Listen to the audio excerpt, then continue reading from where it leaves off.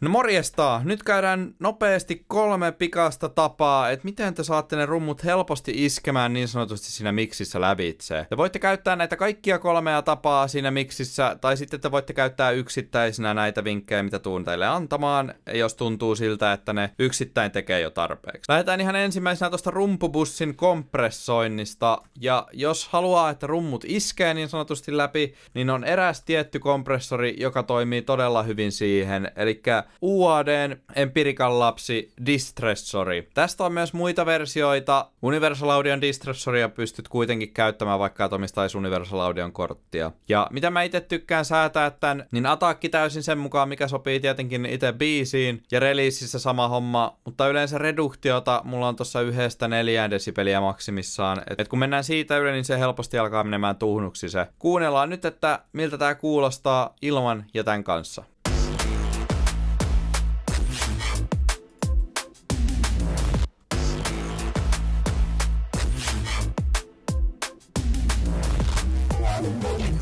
Eli niin kuin huomasitte, niin se pikkasen terävöittää niitä rumpuja myös sen kompression lisäksi.